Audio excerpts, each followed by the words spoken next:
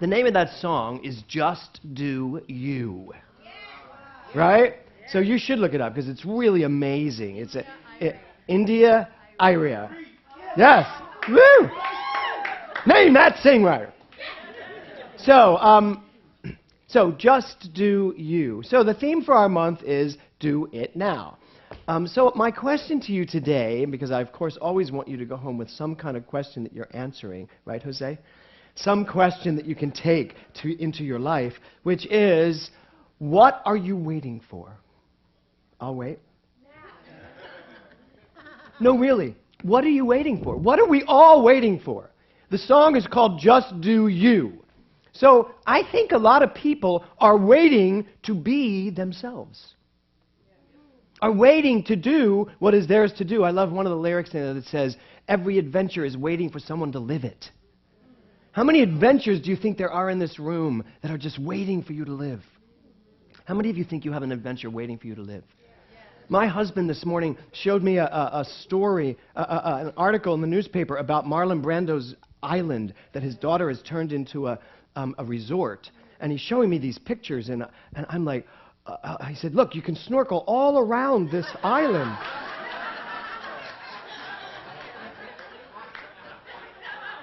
I didn't even comment when you said that. I was like, not going there. Because it looked very shallow.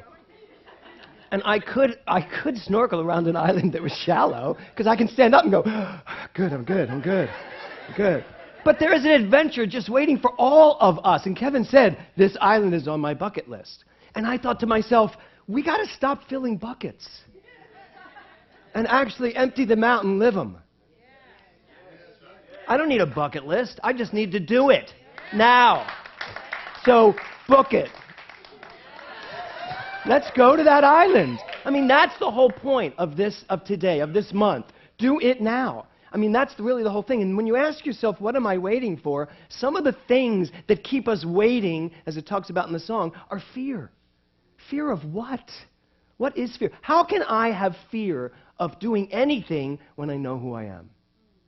How can I be fearful when I know I am God? And, you know, a lot has come up in ministerial class, as Karen brought up, and practitioner class. We have been dealing with this question, who is God? What is God? And looking for a definition that works. A definition that works for everyone. But it has to work for everyone, every individual.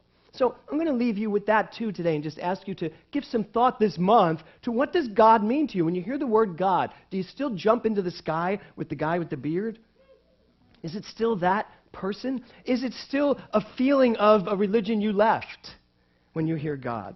You know, is it something that still seems separate from you? So that's a big part of what I want to talk about this month, what I want to keep us focused on this month. There's also a great line in that song that says, the idea that if you create it, then you also create the rules. If you create the game, then you also create the rules. So what game are you playing? And what rules are you living by? Because I think we're all waiting for someone to change the rules for us so that we can play the game in a more authentic manner, so that we can play the game from where we really want to play it. But I have to wait for the rules to change. My son said to me yesterday, he was watching some movie, and he came into the kitchen and he said, Dad, I'm watching this movie. Did you know that gays were like afraid to get married at one point? And I said, first of all, I said, what movie are you watching? And then he said, well, it was like in 1990. I was like, And then I had to tell him the story, my story, of when Kevin and I decided to get married in 1991, but we lived in New York City. So New York City, I mean, that's not a problem. Yes, we were one of the first people I knew, gay couples, that actually went and had a huge wedding, and I did it just like it was a Catholic wedding. I had the morning ceremony, and then the brunch, and then everybody got to take a rest, and then we had the reception. I mean, it was like based right after all my family's weddings. And when I went to Southampton, of all places, to get married, I went with my best man. And we were getting the place for the brunch. And they said to me, that's so cool. It's usually the bride that goes and looks for these places.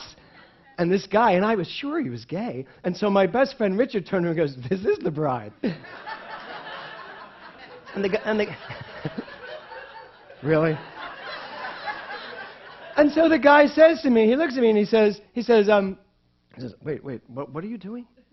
I said, well, it's two men. We're getting married. He said, that's you can't do that. I said, no, we really are doing that.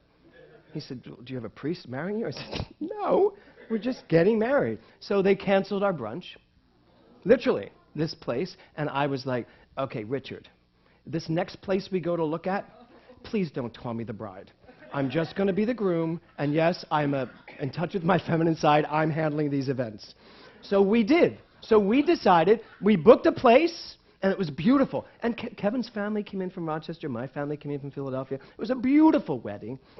We married ourselves on the beach at sunrise in Southampton. It was a gorgeous, gorgeous, magnificent day. When we got to the place for the brunch, the guy running the place met me at the thing. He goes, Mr. Mellon, I'm so happy. Beautiful, beautiful weather. You're having beautiful weather for this and blah, blah, blah. And he's looking, and Kevin comes up behind me. And I said, yeah, that's who I married. He was like, really? Okay. Okay. Well, when we got inside, every waiter was gay. So, all the waiters, it was just the most amazing day. And my family got up and gave speech. We had more people crying that weren't part of the wedding because of what we did. And I'm telling my son this, and he said, I just don't get how hard that was. He said, it just seems like that was so easy. It would have been so easy to do that. So here's the deal. We had to wait, how many years, Kevin? So that was 1991, like 20 years before we could do it legally. If I had waited, I wouldn't have had what I consider the most amazing day of my life because I chose to do that. So, thank you. And I don't mean to stand up here as a bastion for gay politics because I'm not that guy.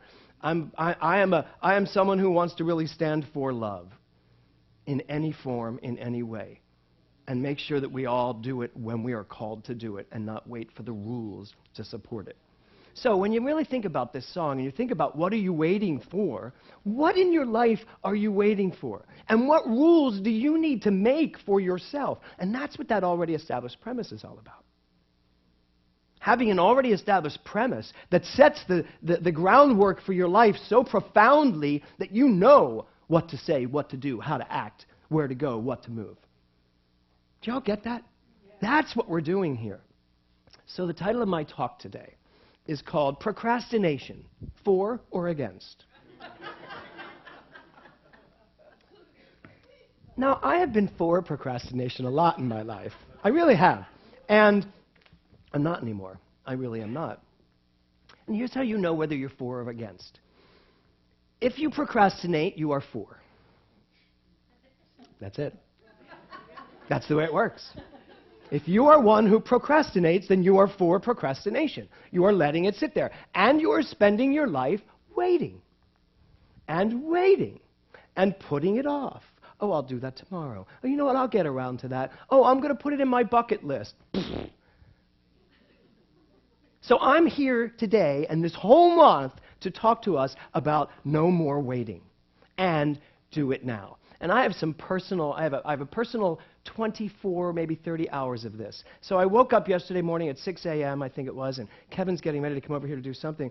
And I woke up and I hear myself say, I was like, well, I was thinking of getting up and going to the theater today to do the gardening. And Kevin like looks at me like, yeah, that's going to happen, and walks out of the room. And all of a sudden, I'm out of bed dressing going, okay, you know what? I cannot get up and talk about procrastination and then not do what I say I'm going to do when I'm going to do it. So I got out of bed, and then, because Kevin was going to take my car for detailing, I went, I'll ride my bike. So now I'm getting in exercise, I'm feeling good, I come over here, I've got bloody hands now from where the splinters hit me. I came over here, and I spent 3 hours gardening. And you'll see out front the first little area that I got to in 3 hours. And here's the thing about procrastination. Procrastination is just an evil weed that sits inside of us and just keeps us from growing and keeps us from building the flowers and the amazing energy of our life. Because when I got here, and there was, the woman that sits on what's that woman's name? Martha, that sits on the wall out there. She was like, wow, I've never seen you here this early. I went, I get it. You speak up and the universe talks back. And then, I just stood there for 3 hours and I'm pulling weeds. And here's the best part. I really felt like I was so one with the universe. And those plants are like talking to me, and I'm cutting, and I am a little interesting when it comes to gardening, because I'm always like, when I go to cut something, this isn't going to hurt. It's like a haircut. It'll grow back. Because I really feel oneness with all of this. So I'm doing all of this, and then, it's time to go home. And so I go home, and I'm in hello, Rachel. I go home. I ride my bike all the way home. I get home, and Will says, "You want to go play tennis?" I said, "No, I don't. I just gardened for 3 hours, and I rode my bike for an hour. Half hour here and half hour back." He goes, "I just asked a question." I was like, okay. So then Kevin gets home, and I say, "Kev, I think we should get that box, that Nora's bureau that I've been saying I'm going to make for her for the last 6 months." I said, "It's in my head. I think we should do it." And Kevin's like, "Get in the car. We're going to IKEA." And I was like, and I'm dressed like, I was like, well, maybe tomorrow is a better day. Sunday after church. And I was like, oh my God, I'm doing it again. I said, go. So we got in the car. We went to IKEA. We get to IKEA. Both of us look like, I said, we don't look gay at all. I said, we were like, I've never looked so butch in my life. I've got like dirt on my pants and this tight T-shirt with a rip. My hair's all tousled. I was like, I should learn how to really make this look without having to do the work. Yeah. So we go to IKEA. We get it. We bring it home. Oh, you think procrastination ended there? Nope. Put it on the dining room floor. And I said to Kevin, Chris Meyer built the last one. Yes. I said, the last time we hired Chris to build it, I said, so let's leave it there, and tomorrow I'll have Chris build it after church. So I walk away, and Kevin walks away, and next thing, Kevin comes out, and I am sitting there with the box open with 7,000 pieces all around me. He said, are you going to build that? I went, yes, I am building it, because I said I would build it. And I am not procrastinating. 3 hours later, I have built a dresser. Really. And it stands. And the drawers come out and go in. It was amazing. I will tell you this, for about a half hour, I stared at one part of it. I just stared at it, and I was like, this makes no earthly sense whatsoever. I see, I could maybe take this piece and put it here, but I'm sure I'm going to need that piece there. Half an hour. I'm just staring. And then I got it. I was like, oh, no. Then I went to one that Chris made in Will's room, and I pulled it off the wall, and I went, oh, he didn't do that either. Great. So I just ignored it and then found out it was really something you would use to bolt to the wall, and I didn't need to do it in the first place because we weren't bolting them to the wall. Anyway, 4 hours later now, Kevin calls me, and he's like, how'd it go? Did you build it? I was like, I'm building it. As we speak, I have to keep this conversation short because it's getting dark. And so I built it. And I got to tell you, the feeling, and in the midst of this, Will had like 10 homework assignments that he had procrastinated on. And Kevin, in his beautiful, supportive way, mentioned something about the apple in the tree. And said to me, you really must have patience because he is your son. So while I am building the chest, Will is doing 10 homework assignments. He finished them all almost right when I finished the chest. And he was like so excited. I was like, what are you so excited about? He goes, I actually did it all. I said, I know, and if you did them one at a time when they were given to you. And I'm like, wow, really, Jim? If you did this 6 months ago, Nora wouldn't have had piles of clothes in her room for the last 6 months. So I am here today to show you how you can literally take your life and transpose it, transform it into a life of doing it now. And here's the thing about that. There is energy in the doing, and there is a lack of energy in the procrastinating. That's what it's like when you procrastinate. And now let's take it to the spiritual level. Because energy is God. God is energy. God is that energy inside of you. And the energy that God is consistently, constantly moving forward. It cannot. It doesn't know how not to move, not to expand, not to grow, not to improve, not to, as we talk about in the evolution, the emergent evolution, whatever is needed will emerge because that's the way the energy of life works. So that energy never procrastinates. It can't. It doesn't know how. It just knows how to move forward at all times. So why do our lives sometimes feel like they're not moving forward? Because we take that amazing energy of life and we move it over here because we don't want to do anything right now, or because we're avoiding fear or pain or doubt or worry or whatever it is. So we just take that energy and move it over here. It's not that it's not still growing and moving and expanding. It's just that we're not participating in that. We're participating in avoiding and procrastinating and fearing and worrying and doubting, and we're just walking further and further away from that adventure that's waiting for us to live it. That's what procrastination does. So on a spiritual level, what really occurred to me as I was doing the gardening yesterday, and this morning I got up, and because I'm reading this beautiful book by James and Deborah Roos about living and thriving and moving and using your body, I now wake up every morning, and within 5 to 10 minutes, I'm out the door. And it's usually early, noon. And no, it's really usually early, like 6:30. And one day last week, I was up before the sun, and I'm in my clothes and out the door, and I'm walking. I just walk the neighborhood. Different road, different paths each time. Don't get into a rut. And as I do it, this morning, it was like, oh my word, every bird. So once these two birds landed, perched on, I was like Snow White. Landed and perched on a tree, and I just stopped, and they just stared at me. And then they started singing. So, of course, I started singing back until this car drove by, and I thought, they're going to think I'm crazy. And I kept walking, but the birds and the trees, and I saw things in my neighborhood I've never seen before. And I'm telling you, oneness, feeling the love and feeling that you are one with every single thing on this planet, on this earth, every person. I say good morning to every person I walked past. There was a homeless man who I thought, I can't just walk by him, although he's trying to avoid my gaze. So I just started talking to him, and he started talking about lasagna. He did. And I was like, good morning, how are you doing? Lasagna, have you had lasagna with spinach in it? And I was like, yeah. And he had this beautiful conversation with me about lasagna and then went on his way. And as I'm walking away, I was like, that's just part of God talking about its dietary nature. So it was this beautiful, beautiful, beautiful walk. And I'm thinking about the procrastination talk that I know I'm going to give. And it hit me. Our greatest procrastination is our procrastinating our divine identity. Our greatest procrastination is when we say, I will eventually realize I am God. I will do that someday.